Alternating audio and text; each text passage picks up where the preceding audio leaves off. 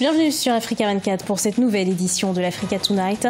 Au sommaire de l'actualité, à Madagascar, la Commission électorale nationale indépendante estime qu'il est urgent de choisir une date pour la tenue de l'élection présidentielle.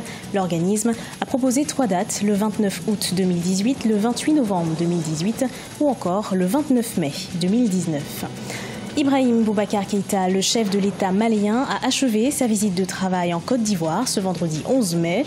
Une visite officielle pour renforcer les liens économiques entre les deux pays. Le Mali a été élu en 2018 comme le meilleur pays en matière de coopération économique sous-régionale en Côte d'Ivoire. Et puis en Égypte, à l'approche du Ramadan, les organisations caritatives égyptiennes viennent en aide aux familles les plus démunies. Le flottement de la livre égyptienne fin 2016 a entraîné une forte inflation dans ce pays dépendant des importations.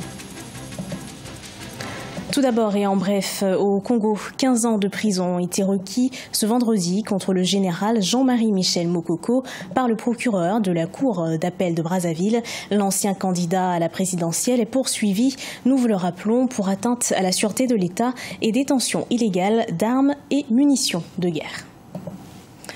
3 dates, c'est ce que propose la Commission électorale nationale indépendante malgache pour la tenue de l'élection présidentielle. Une solution qui permettrait d'avancer vers une sortie de crise. Néanmoins, l'opposition maintient la pression et exige la démission de tous les responsables étatiques issus du parti HVM. Le point avec Solange Dubois.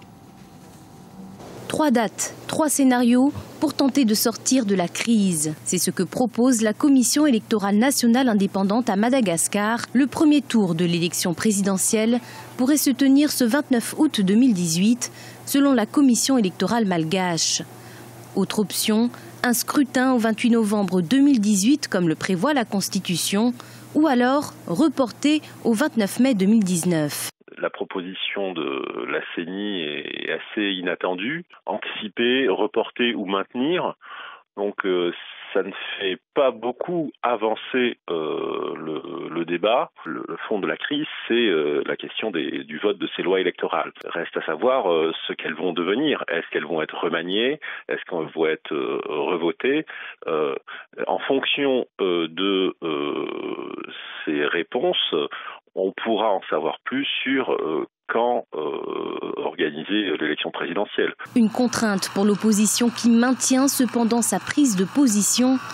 Celle-ci exige en effet la démission de tous les responsables étatiques issus du parti Hervovo Madagascar, ce afin de garantir la neutralité de l'État avant les élections présidentielles. Il est difficile d'imaginer qu'en face, ils acceptent cet ultimatum. Donc, c'est un bras de fer, et sans doute que les députés, s'ils exigent toujours ces revendications, c'est qu'ils estiment que le rapport de force a changé et qu'ils peuvent désormais pousser leur avantage autant que possible. Pour la CENI, il est urgent que les différents partis du conflit se décident afin de fixer la date des prochaines élections. Une invitation a par ailleurs été lancée ce vendredi 11 mai 2018 pour une concertation entre les acteurs. En Guinée, l'opposition suspend son dialogue avec le pouvoir. Elle a mis un terme à sa participation aux réunions du comité de suivi de l'accord politique du 12 octobre 2016. L'opposition estime notamment que la mouvance présidentielle est fermée à toute solution de sortie de crise. Un retour aux manifestations est donc prévu dès le 14 mai 2018 avec l'organisation d'une ville morte à Conakry. La variété de ces végétations, de ces paysages, du nord au sud, de l'est à l'ouest, la diversité ethnique de sa population également, lui a valu le slogan de toute l'Afrique dans un seul pays. Il s'agit du Cameroun. Le pays s'apprête à célébrer la 46e édition de son unité nationale le 20 mai prochain, l'occasion de revisiter son parcours historique. Nélie Claude Bessa. La République du Cameroun célèbre 46 ans d'histoire commune et de vivre ensemble ce 20 mai. Un vivre ensemble qui s'est traduit à travers son histoire tant du point de vue culturel que politique, ethnique, linguistique et même physique. Un pays bilingue composé d'une zone francophone et d'une autre anglophone. La République du Cameroun compte à ce jour 3 institutions républicaines, le Conseil constitutionnel, le Sénat et l'Assemblée nationale. Il faudrait qu'on se réconcilie avec notre histoire nationale. C'est-à-dire quoi? Il faut construire un panthéon où on retrouvera les noms, les figures, les monuments de tous les nationalistes camerounais.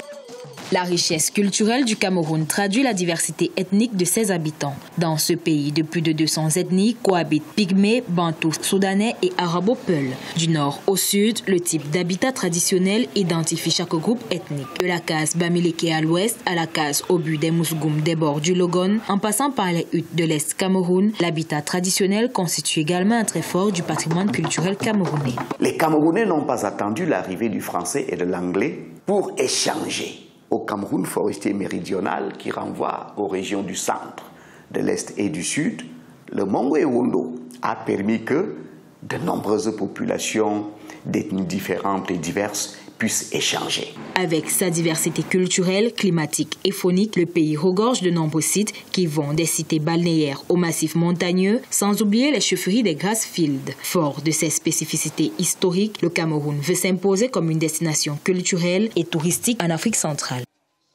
Le président malien Ibrahim Boubacar Keïta était en visite officielle ces 10 et 11 mai en Côte d'Ivoire. L'objectif est de renforcer les liens économiques entre les deux pays, notamment dans les domaines clés du transport maritime, terrestre et aérien, de l'énergie et de l'agriculture. Reportage de notre correspondant Oliva Diakotan. Les échanges commerciaux entre le Mali et la Côte d'Ivoire sont passés de 279,981 milliards de francs CFA en 2016 à 281,258 milliards de francs CFA en 2017, soit une légère hausse de 1,227 milliards. Et le président malien Ibrahim Boubacar Keïta, en visite officielle du 10 au 11 mai 2018 en Côte d'Ivoire, n'a pas manqué de faire la promotion du commerce intra-africain.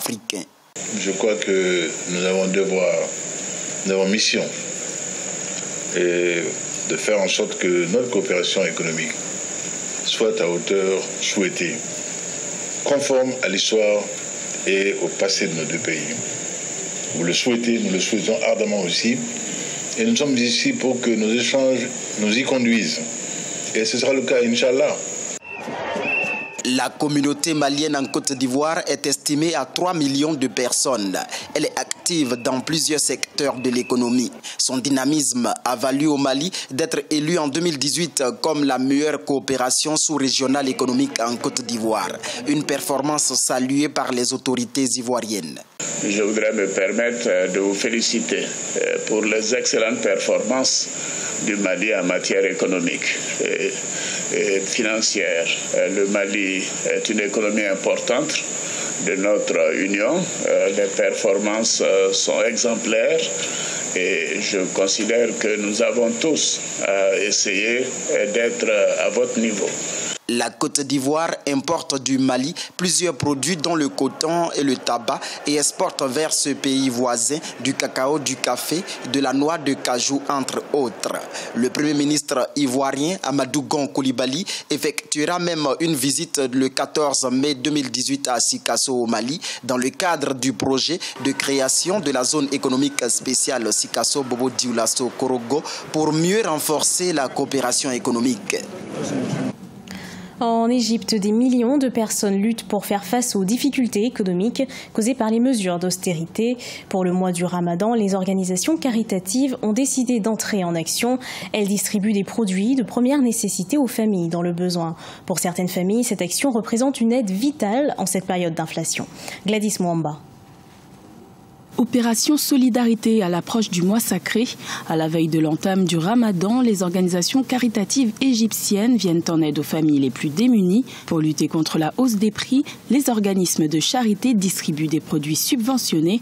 Un demi-million de boîtes de nourriture ont été préparées pour nourrir près de 10 millions de personnes à travers le pays pendant la période de jeûne. Nous distribuons la plus grande boîte d'approvisionnement en Égypte. Notre boîte pèse 25 kg et contient 16 produits.